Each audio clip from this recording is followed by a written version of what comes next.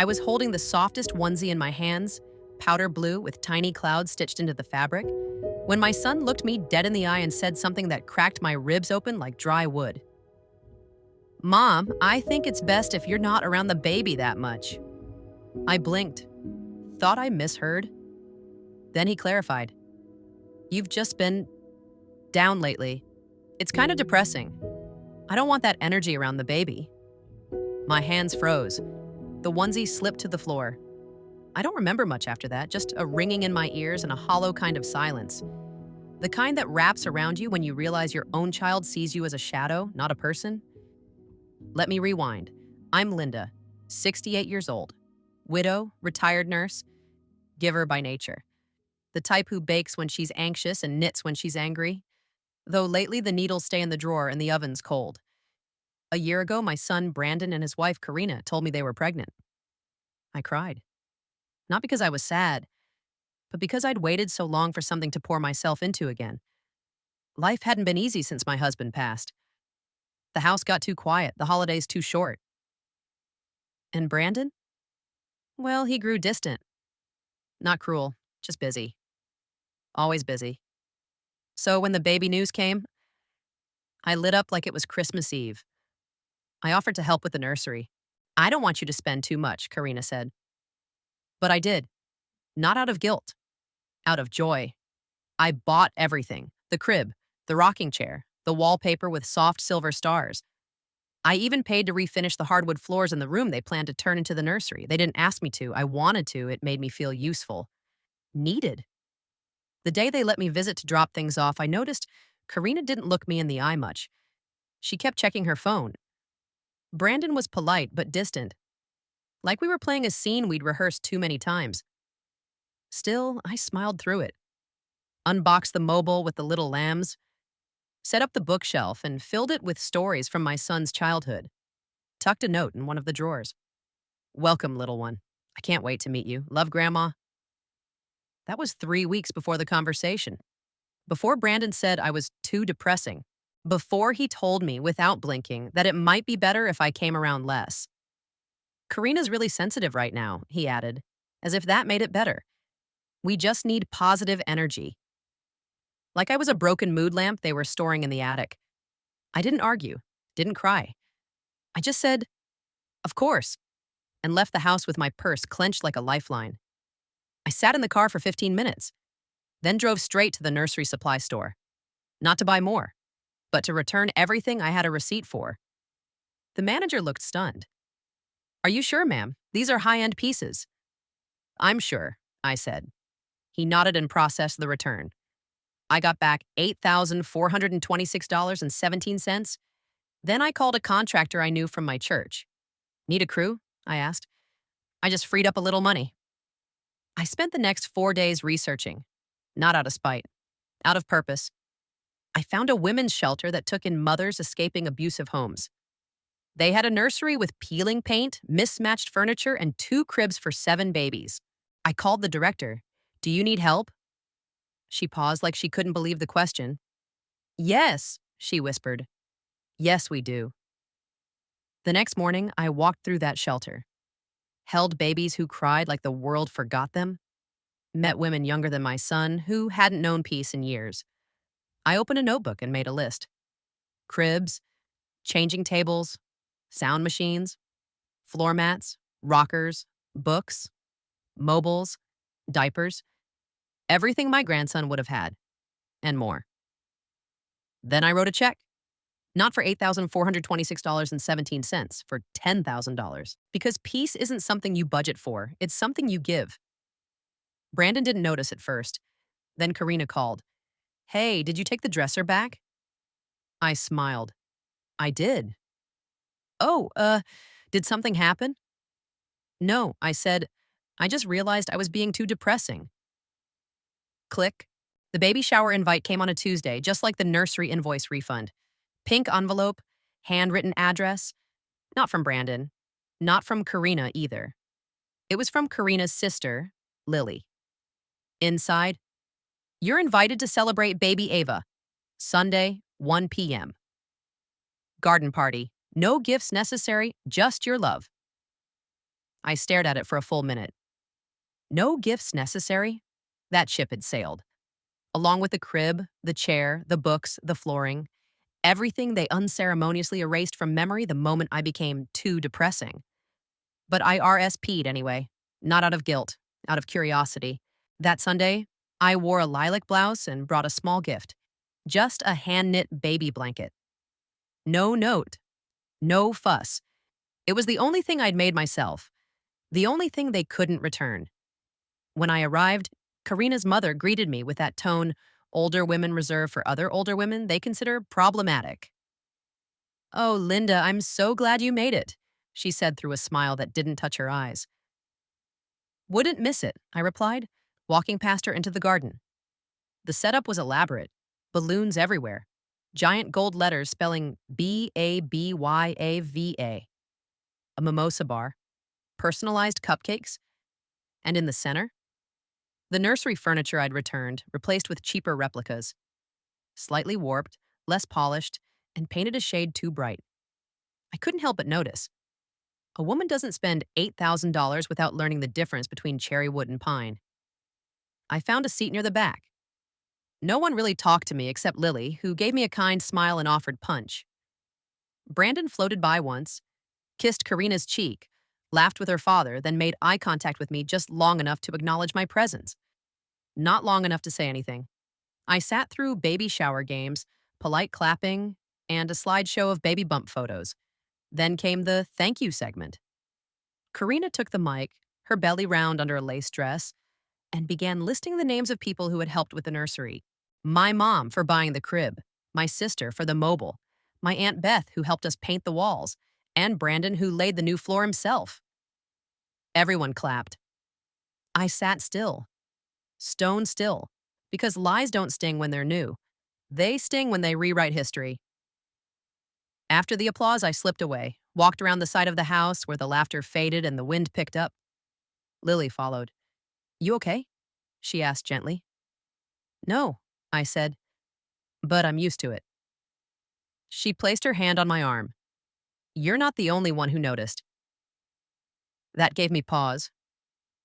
"Karina's trying very hard to make this perfect," Lily said. "I think she doesn't know how to make room for anyone else." I nodded. It wasn't the first time I'd been erased from a story I helped write, but it would be the last. That evening, I sat at home and opened my laptop. Typed up a short blog post for the Sisterhood of Receipts newsletter. We had over 12,000 subscribers now. I called it, "When They Try to Delete You from Your Own Chapter." I wrote, "They'll smile while they rewrite the story. Pretend you were never there. That you didn't build the room, lay the floor, stock the shelves. But receipts don't lie. And neither do hearts. One day, when the story is told again, someone will ask, 'Where did this come from?' And the truth will rise, even if you never say a word." It got over 2,000 replies. One woman said her son didn't invite her to her granddaughter's baptism after she bought the dress. Another said her daughter moved across the country and told her, "We just want space to raise the baby right." Another simply wrote, "I thought I was the only one."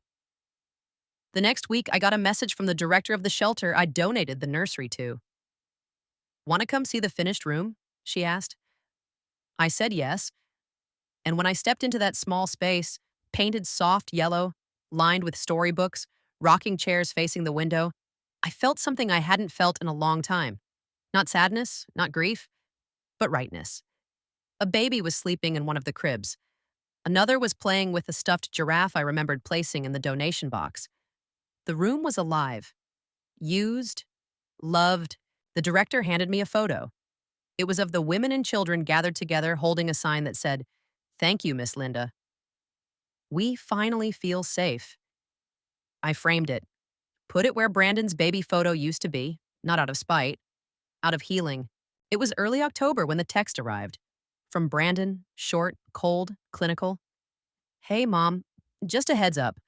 Karina's doctor said only 2 people allowed in the delivery room. She's picked her mom and sister. Hope you understand. No phone call, no sorry. Just a digital pat on the head and a locked door I wasn't even allowed to knock on."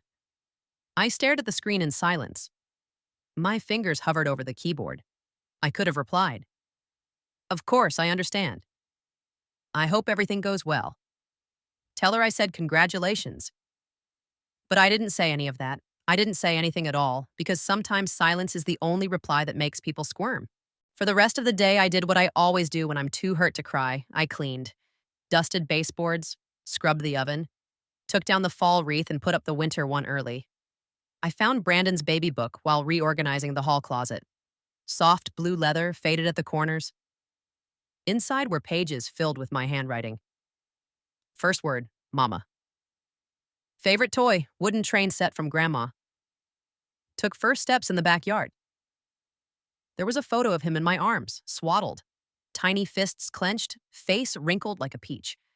I remembered the first time he cried in my ear, and the first time I cried because I didn't know how to make him stop. I closed the book, slid it into a storage bin, taped it shut.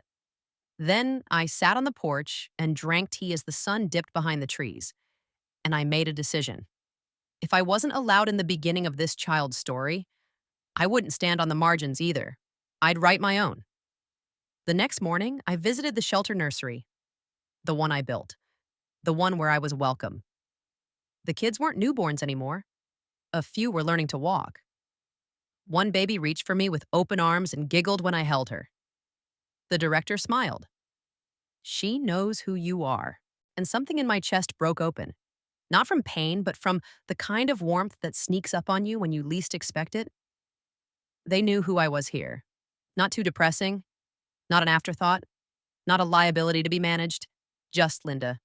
Just Grandma Linda. 3 days later, the birth announcement came. Instagram, of course. A photo of Karina holding the baby. Brandon behind her, beaming. "Welcome to the world, Ava, our little light." The caption read, "Surrounded by the best women as she came into this world." I wasn't tagged. I wasn't mentioned. I wasn't surprised. But what did surprise me? The flood of private messages. Not from family, from strangers, sisterhood members, friends of friends, women I didn't even know were watching. "You okay?" Saw the post. "That hurt me and I'm not even you. He'll regret this one day, but you'll already be too far ahead to look back." I didn't reply to most, but I read every word, and I let them wrap around me like a quilt. The final straw came a week later when Lily called me privately. "I wanted you to hear it from me," she said. "Karina's planning a newborn photo shoot. She told the photographer she only wants her side of the family in the shots. No one from yours. I'm sorry." I didn't respond. Not right away. Then I said, "She's very good at erasing people." Lily sighed. "I think she's scared of not being in control." "Then she shouldn't have married my son," I said calmly, "because controlling someone means you see them. And I've never felt more invisible in my life." That night, I pulled out the blanket I'd knit, the one I gave them at the shower, folded it carefully, boxed it up. Then I wrote a note. "Dear Ava, I hope you're warm. I hope you're loved. And I hope one day you ask why the woman who gave you your first bookshelf wasn't in your photos. Love, the grandma who wasn't too depressing, just too honest." I sealed the box and dropped it in the mail. Not out of bitterness, out of closure. They didn't acknowledge it? Of course they didn't. But I knew they read it. Because 2 weeks later, Brandon showed up at my door. He stood there in the doorway with his hands in his pockets, eyes darting like a teenager caught sneaking in past curfew. "Hey, Mom," he said, like he hadn't pushed me out of his life one text at a time. I didn't move from the doorway, didn't invite him in, just leaned against the frame and said, "You look tired." He nodded, rubbed the back of his neck. "Ava's colicky. Karina's not sleeping." I waited. He wasn't here to ask how I was. He was here because things were hard. "I got your note," he said, voice quieter now. "Did you read it?" He hesitated. "Yes." "Then you know why I'm not smiling right now." His mouth twitched like he wanted to say something kind, something redemptive, but didn't quite have the courage. Instead, he said the worst thing he could have said. "You're making this a bigger deal than it has to be." I laughed, a short, humorless laugh that startled him. "No," I said. "You made it a big deal when you told me I was too depressing to hold my own grandchild." He flinched. Look, I didn't mean it like that. But you said it exactly like that, I cut in. No room for confusion, just rejection. He was quiet for a while, then said, Karina thought it'd be best. There it was, Karina thought.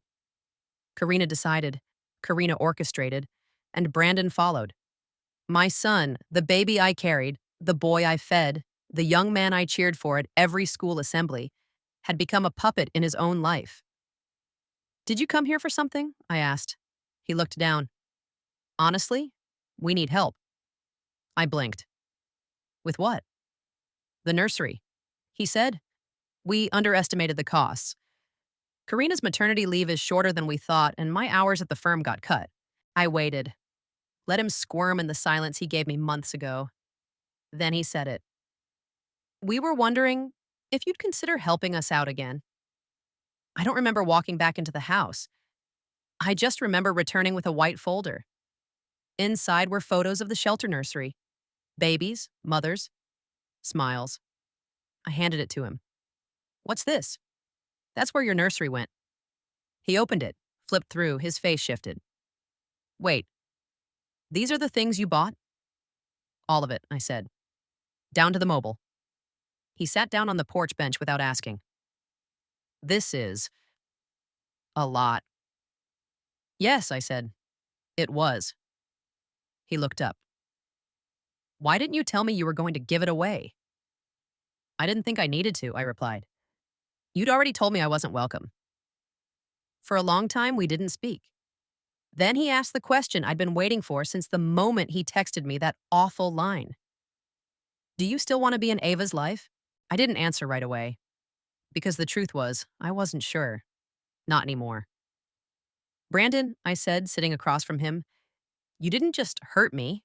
You redefined me. You decided I was too broken, too sad, too much of a burden to be around a baby who hasn't even opened her eyes to the world yet. I was trying to protect her, he said. No, I said. You were trying to protect yourself from anything real, anything uncomfortable. You didn't want your child to see grief or hardship or a woman who has loved and lost and still wakes up every day anyway. He swallowed hard. I'm sorry, he said. I nodded. But I didn't say I forgive you, because he hadn't earned it yet. We sat there until the sun dipped low enough to color the sky. Then I said, if I do come back into her life, it's going to be on my terms. Not through filtered photos and polite small talk. Not as the family member who's tolerated but never trusted. He nodded slowly. I want that, he said. I want her to know you. I stood. Then let's see if your actions can match your words. He got up. Can I give you a ride over to meet her, just for a few minutes? I shook my head. No, I said. Not today. You don't invite someone into a home they were shut out of without cleaning up first. He opened his mouth, closed it again, and left without another word. I stood at the window long after his car pulled away, and I felt something strange. Not victory, not closure, just grounded. Because for the first time in months, I'd spoken my truth. And this time, he'd listened. 3 weeks passed. No calls, no texts, no invitations. And I was fine with that, because the old me would have waited by the phone, baking muffins just in case, or making excuses for his silence. But the woman I'd become? She filled her calendar with things that didn't require anyone's permission to matter. I helped paint murals at the shelter, big, bright ones. Bears reading books, rabbits flying kites. The babies lit up when we rolled in new toys or blankets. I started reading stories during nap time. They called me Miss Linda. But one little girl who couldn't pronounce her L's called me Guanma. It stuck. I hosted another memoir circle at the cottage. The theme was, who were you before they told you who to be? One woman read about becoming a mother at 17 and being forced to give her baby up. Another wrote about spending 40 years in a loveless marriage because she thought that was what good women did. And me? I read about Brandon, about being told I was too depressing, about taking the nursery back. The women didn't gasp or cry, they nodded because they knew. Then, on a rainy Thursday afternoon, the doorbell rang. I opened it to find Karina, holding Avenue, so small, so pink, so wide eyed. I know I should have called, she said, rain dripping from her coat. But Brandon said he wasn't sure how to ask. I said nothing, just stepped aside and let her in. She sat on the couch like it might bite her. Ava, swaddled in a blanket, my blanket, the one I'd mailed, slept peacefully in her arms. Karina looked tired, but not in the way I expected. Not just sleepless, guilty, heavy. I was wrong, she said, looking at the floor. About a lot. I stayed quiet. She continued. When my mom was around Ava, she talked nonstop, all upbeat, but it always felt fake. Then one day, Ava wouldn't stop crying, and she looked at me and said, "She must sense your anxiety. You're doing something wrong." Karina's voice cracked.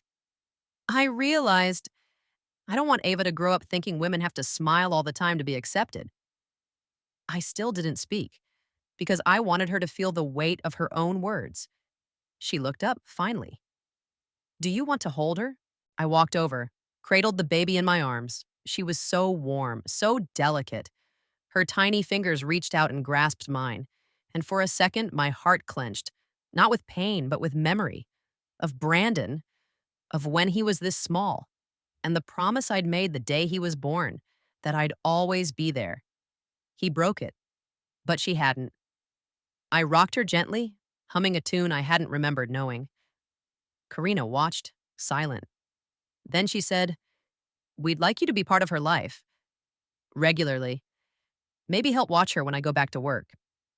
I handed Ava back, then said, "No." Karina blinked. Okay, I understand. But, I continued, I'll be part of her life on my terms. No babysitting out of guilt, no being used as a backup plan. I will be her grandmother, not her maid. Karina's eyes filled. I understand, she said. Truly. We talked for another hour. She told me about postpartum anxiety, about the pressure, about how easy it is to push people away when you feel like you're falling apart and can't let anyone see it. I listened, but I didn't excuse. I told her she had healing to do too, that I'd be there for Ava, but not to fix broken pieces. Adults refuse to pick up themselves. She nodded, then asked something unexpected. Would you come to the house sometime? Show me how you decorated that nursery at the shelter. I want to make Ava's room feel more like that. I smiled. Not for her, for the baby sleeping in her arms. Before she left, Karina asked, what should Ava call you? I paused, thought of all the names, Nana, Grammy, Grandma, then said, Linda's fine for now. She frowned. You sure? Yes, I said. Let her choose when she's ready. Because real relationships aren't claimed, they're earned. That night, I took out a fresh journal, wrote, I held her. And I didn't cry, because this time, I didn't feel erased. I felt like a woman reclaiming her place. And for the first time in a long time, I slept through the night. A week later, Brandon called. His voice was careful, like someone inching across a frozen lake, afraid of falling through. Mom, he said, Karina told me what you said. About boundaries, I just wanted to say thank you for giving us another chance. I didn't say you're welcome. Instead, I said, if you want to rebuild this, it starts with honesty. I don't want to be a guest in your life, and I won't be the woman who waits for permission to love her grandchild. He paused. I understand. Good, I said. Then let's try again. 2 days later, I got a package. No return address. Inside was a photo. Ava in her crib, swaddled in the blanket I made. On the wall behind her, one of the paintings I'd gifted from the shelter nursery. A watercolor of the moon smiling over a field of stars. There was a post-it stuck to the frame. Thought it belonged with her after all. Love, B. I smiled. Because sometimes even the most stubborn children realize which parts of the past are worth returning to. That weekend, I did something I hadn't done in years. I drove to an antique store in town. Found a wooden rocking chair, not too big, not too fancy, but sturdy, smooth, and with a faint floral carving in the backrest. I ran my fingers over the groove of the wood and whispered, "She'll sit in this one day." Then I bought it. Brandon helped carry it inside when I brought it to their house. He didn't ask what it cost, didn't offer to reimburse me, just set it gently in the corner of the nursery and said, "This one feels right." And for once, he was right. I spent the afternoon there. We didn't take photos. We didn't stage anything for Instagram. We just existed. Ava fussed. I rocked her. Karina sat beside me and asked about lullabies. Brandon made tea. It felt quiet. Not perfect, but real. And real was enough. Then came the moment. I was rocking Ava when Brandon knelt in front of us and said, "She started saying sounds. Mostly nonsense, but this morning she kept saying gaga." Karina added, "We think she's trying to say grandma." I looked down at Ava, her fingers wrapped around mine. She gurgled, smiled, and said it again, clear as day. Gaga. Brandon grinned. "I think she chose your name." And for the first time in months, I felt something I hadn't allowed myself to feel, joy without hesitation. They asked if they could take a photo. I almost said no. Then I nodded. Brandon took out his phone. Karina adjusted the blanket. And they snapped the moment. Me in the rocking chair, holding Ava, cheeks touching, both of us smiling. Not staged, not filtered. Just us. A few days later, I got a notification. Karina had posted the photo, no caption full of hashtags. Just this. Real love takes time. This one waited for us, and we're better for it. Hashtag Gegundava. The comments were full of hearts, but one stood out. Lily wrote, "Took too long, but the best chapters always do." Back at the cottage, I printed the photo and added it to a new scrapbook I'd started. On the first page, I wrote, "She called me Gaga. Not because I asked her to, because she wanted to." I brought the photo to the memoir circle that Saturday. Margaret passed it around with a soft smile. "You look peaceful," she said. "I am." Then a woman across the room asked, "Does that mean you've forgiven them?" I thought about that, took a long sip of tea, then said, "No. Forgiveness is earned, but peace, that I gave to myself." Afterward, the women clapped, not loud, just warm, like they knew the sound of survival when they heard it. It was a Monday morning when Karina showed up at my door. No baby in tow. Just her, alone, arms crossed tight over her chest, like she was holding something in that might spill if she moved wrong. "I'm not here to drop anything off," she said. "I'm here to talk." I stepped aside, let her into the kitchen, poured tea without asking. Some conversations deserve warmth, even when the air still feels cold. She sat at the table and looked around the room like it held answers. "I didn't come to apologize," she started, "because I know saying I'm sorry won't undo what I did." I raised an eyebrow. "Then why are you here?" She took a deep breath. "To tell you what, I was too proud to admit when it mattered." She pulled out a small notebook, flipped to the first page. "My mom wasn't soft," she said. "She never showed sadness. Always said crying was for the weak." I sipped my tea and let her speak. "I thought strength meant pretending everything was okay. So when you cried at Ava's baby shower, when you looked like someone who'd felt something real, I thought it was weakness. But now," she blinked fast, "now I see it was courage." I didn't reply, because some truths don't need applause. They just need space. Karina continued, "When I told Brandon you were too depressing, I think I was talking about myself. You were grieving, and I was too scared to admit I was too. Grieving my old life, my control, my independence. I saw you and thought, if I let her in, I'll have to deal with things I'm not ready to face." She looked down. "And so I pushed you out." There it was, not an apology, but an understanding. And for women like us, that's the greater currency. "You don't owe me forgiveness, Yar," she said. "No," I agreed, "but I'd like to earn it anyway."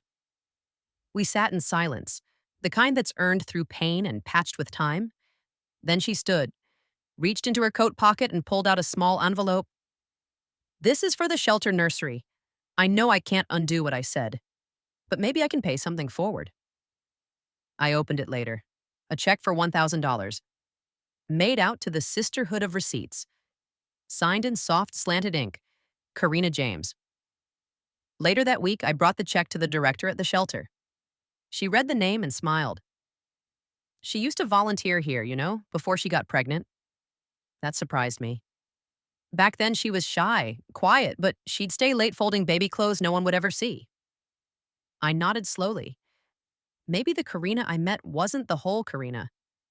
Maybe she, too, was just trying to remember who she was before the world told her who to be. That night, I wrote a letter. To Avenue. I didn't seal it. Just added it to the memory box I'd started for her in my closet. The letter read, "Sweet girl, one day you'll hear stories about me. Some sweet, some sad, some sharp around the edges. But I hope what you remember, or come to understand, is that love doesn't have to be perfect. It just has to be honest. That's what I tried to be. Your Gaga." The next morning, Brandon sent me a photo. Ava in the rocking chair. My chair. A soft filter, warm light, a little bow in her hair. The caption? She looks like someone who's been here before. The comments were filled with friends, neighbors, old coworkers. But one stood out. Karina's.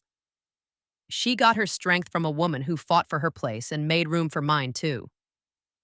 I didn't cry. Not yet. But I printed the comment, folded it into a small heart, and added it to Ava's memory box. Because one day she'll need to know. Her story didn't begin with perfection. It began with repair. It was Ava's first birthday. Karina sent a real card this time. No text, no social post, no obligatory group email, just a handwritten card that said, "You're invited to Ava's first birthday. Theme, storybook garden. There's no party without her Gaga." It arrived the same day the final donation was installed at the shelter. A story corner with beanbags, fairy lights, and a plaque on the wall. In honor of the women who were told they were too much, too sad, or too old to matter. You mattered anyway. I'd written the words myself. But they came from all of us. I spent the week knitting a new blanket for Ava. This one was different. Still soft, still pastel. But on the corner, I stitched in something special. A single word. Gaga. Not big, not flashy. Just enough for her to know that this name wasn't something given lightly. It was earned. By time. By tears. By truth. The party was held in their backyard, decorated like a storybook forest. Little cutouts of animals, paper butterflies, and even a hand-painted sign that read, "Welcome to Ava's first chapter." Karina greeted me at the gate, hugged me tight. Not out of obligation, out of recognition. Brandon followed, carrying Ava on his shoulders. She squealed when she saw me, reached out with both arms. I held her, and for the first time it felt easy. There were cupcakes and games and music, but the moment I'll never forget came when Karina gathered everyone for a slideshow. They'd made a video. Clips from Ava's first year, her first smile, first crawl, her falling asleep on Brandon's chest. Then, near the end, there was a photo of me holding her in the rocking chair. The one they'd taken months ago. The screen faded to black. Then text appeared. Every story needs a beginning. Ours began with someone who never stopped believing she belonged. We call her Gaga, but you can call her the reason we found our way back. The crowd applauded. I covered my mouth. Karina squeezed my hand. "Do you forgive us now?" she asked, her voice soft. I turned to her, eyes shining. "No," I said gently, "because this was never about forgiveness. It was about choosing who we become after the damage is done." She nodded, and I knew she understood. Later, Ava crawled over to me, giggling, dragging the new blanket behind her like a cape. She climbed into my lap and babbled nonsense before settling her little head against my chest. I looked up and saw Brandon watching from across the yard. He mouthed 2 words. "Thank you." That night, I went home and opened Ava's memory box one last time. Inside were the letter I wrote after the delivery room disinvitation, the printed photo of me rocking her, Karina's first donation check, a dried flower from the garden-themed birthday party, And now one more item, a tiny baby bracelet with a charm that simply read, Gaga. I wrote one final letter and tucked it in the back. To my sweet Ava, if you're reading this, it means you're older now. Maybe you're wondering why our early pictures together look so scarce, or why my name shows up late in your baby book. It wasn't because I didn't want to be there. It was because sometimes the people who love you the most are the ones you have to fight hardest to see. But we made it, you and me. You gave me my name, and I gave you a piece of my story, so you'd never feel the need to erase your own. I hope, wherever you go in life, you carry this truth. You were never too small to matter, and I was never too sad to stay. The next day, I sat with my memoir circle and told them everything. Margaret leaned forward and whispered, "So, what now?" I smiled. "I think I'm finally done writing about what I've lost." She nodded. "Time to start writing about what you've built." And so I did.